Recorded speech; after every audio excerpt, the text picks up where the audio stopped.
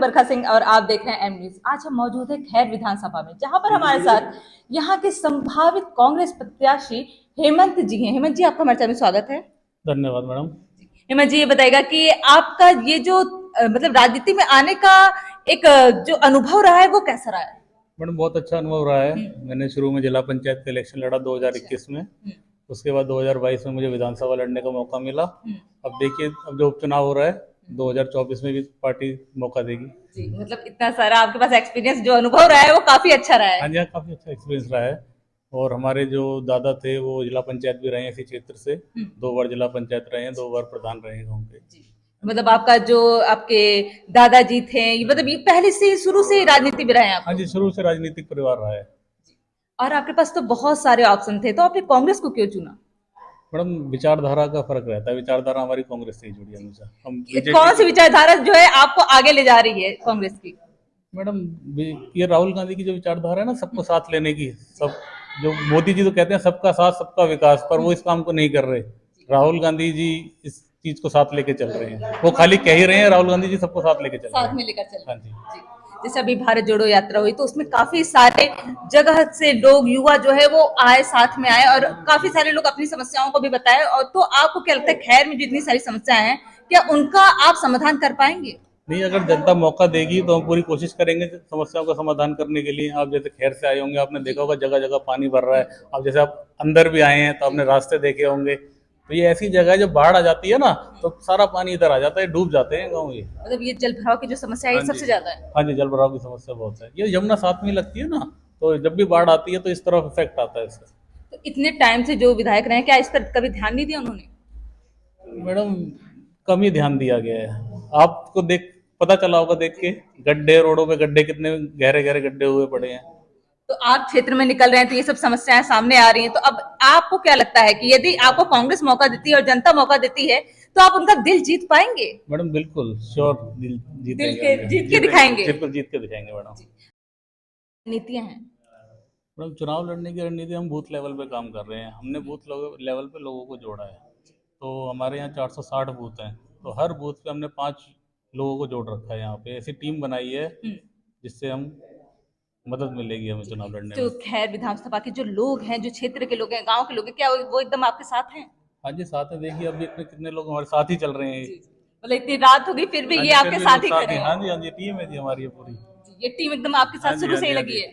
और बाकी अभी 9 तारीख का प्रोग्राम है। पूरी टीम उस दिन आपको हमारे नजर आएगी। कम से कम 1000 लोग हमारे साथ होंगे। अजय राय जी आ रहे हैं यहाँ पे 9 तारीख को। ये तो बहुत अच्छी बात है कि आपको अजय राय जी का भी जो सपोर्ट है वो मिल रहा है। हाँ जी, हाँ जी, मिल रहा है। पूरा कांग्रेस पार्टी का सपोर्ट मिल रहा है। यहाँ पे हमारे प्रभारी बनाए गए हैं सिद्दीकी जी, वो भी आएंगे। पर्यवेक्षक बनाए हैं राजकुमार रावत जी, वो भी आएंगे। 9 तारीख को यहाँ प्रोग्राम होगा बहुत बड़ा गाँव। तो मतलब आप लोगों ने एकदम तय कर लिया है कि इस बार खैर विधानसभा में जो कांग्रेस है वो अपना झंडा लहराएगी? बिल्कुल मैडम। और ये जो है 30 साल बाद सीट जो है कांग्रेस के खाते में आएगी। 30 साल बाद, 30 साल बाद। तो हाँ जी। इतना बीजेपी का इतने टाइम तक रहा जो यहाँ पे वर्चस्व, तो आपको क्या लगता है इसमें विकास हुई है या नहीं हुई है? नहीं, बीजेपी की सीट मैडम ये लास्ट 10 साल से ही है। उससे पहले आरएलडी की सीट रहा करती थी। मतलब अन्य भी जो पार्टियां रही उनकी भी रही, तो आपको क्या लग रहा है कि इन लोगों ने कुछ काम किया है या नहीं किया है? नहीं मैडम, काम किया होता तो फिर आपको दिखता ना। अब आप आए होगे, देखिए इन्होंने अभी क्या है, जल जीवन मिशन के थ्रू पाइपलाइन डाली है, सारे रोड तोड़ दिए। पूरे जहाँ भी जाएंगे ना क्षेत्र में, हर गांव के रोड टूटे हुए हैं। पाइपलाइन डालने के बाद उन्हें रिपेयर भी नहीं किया इन्होंने। मतलब ये कमियां जो है ये आ रही हैं, हाँ, ये कमियां तो हैं इस पे यही। आप एक्शन लेंगे? हाँ जी, बिल्कुल एक्शन लिया जाएगा मैडम। और कुछ महिलाओं के लिए सोचा है? महिलाओं के लिए तो देखो, हाँ जी, सबके लिए ही सोचा जाएगा।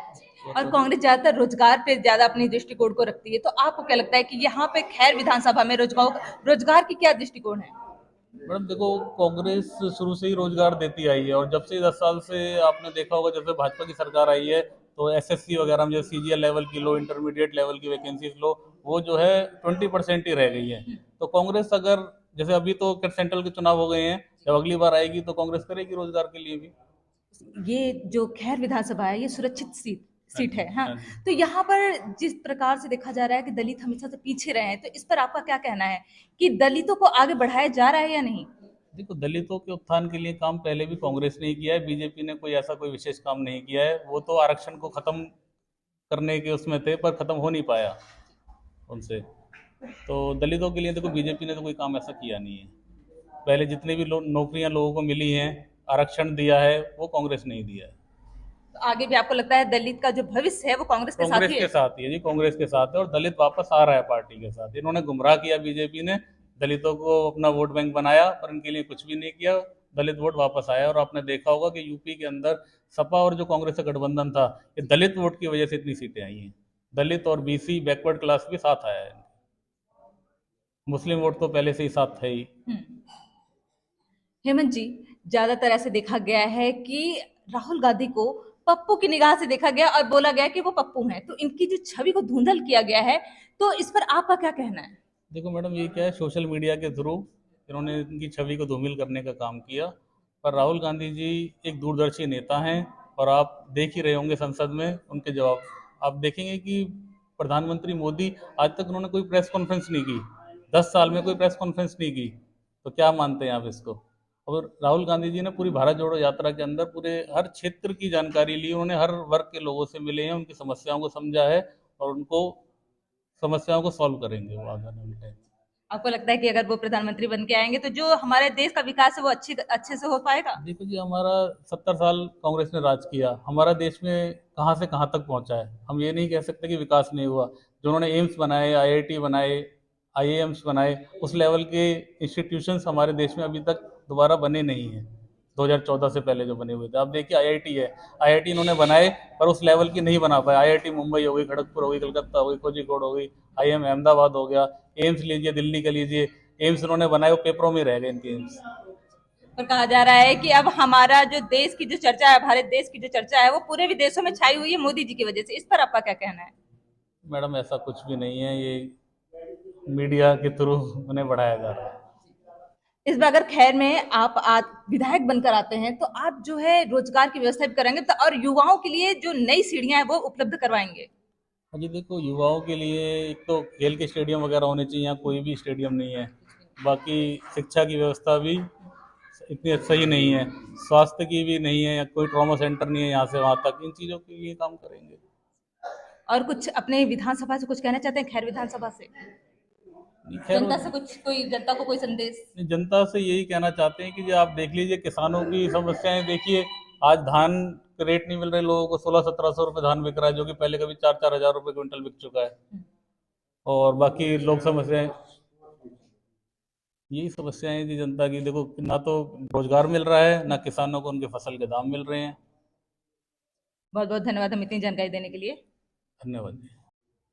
ये थे हमारे साथ हेमंत जी, जो कि कांग्रेस से टिकट मांग रहे हैं, और वो काफी युवा है, तो उनके जो विचार भी है वो थोड़ा अलग ही हटकर है। और जिस प्रकार से वो क्षेत्र में जा रहे हैं, जनता से मिल रहे हैं, और गांव में जा रहे हैं, रात हो जा रहा है फिर भी लोगों के साथ जा रहे हैं, और पूरी जनता उनके साथ है। पर देखना तो ये है कि आने वाले टाइम में क्या होता है, खैर किसको अपना विधायक चुनती है। तब तक बने रहिए हम न्यूज़ के साथ। मैं बरखा सिंह, मैं हेमंत सूर्यवंशी, संभावित प्रत्याशी खैर, सभी लोगों को नवरात्रि, दशहरा एवं दीपावली की शुभकामनाएं देता हूं। धन्यवाद। कलम की ताकत और अपने जज्बे से हम हर झूठ को सामने ला सकते हैं। सच को दिखाने की ताकत सिर्फ है एम न्यूज में। इसलिए हमें जरूरत है स्टेट हेड, ब्यूरो चीफ और संवाददाता की, जो सत्ता के डर के आगे खुद ना झुके बल्कि झूठ को झुकाएं। मार्केटिंग हेड, मार्केटिंग एग्जीक्यूटिव और मार्केटिंग एम्प्लॉय भी संपर्क कर सकते हैं। जल्दी संपर्क करें हमारे इस नंबर पर। If you like this video, hit the like button and press the bell icon to never miss an update from M News.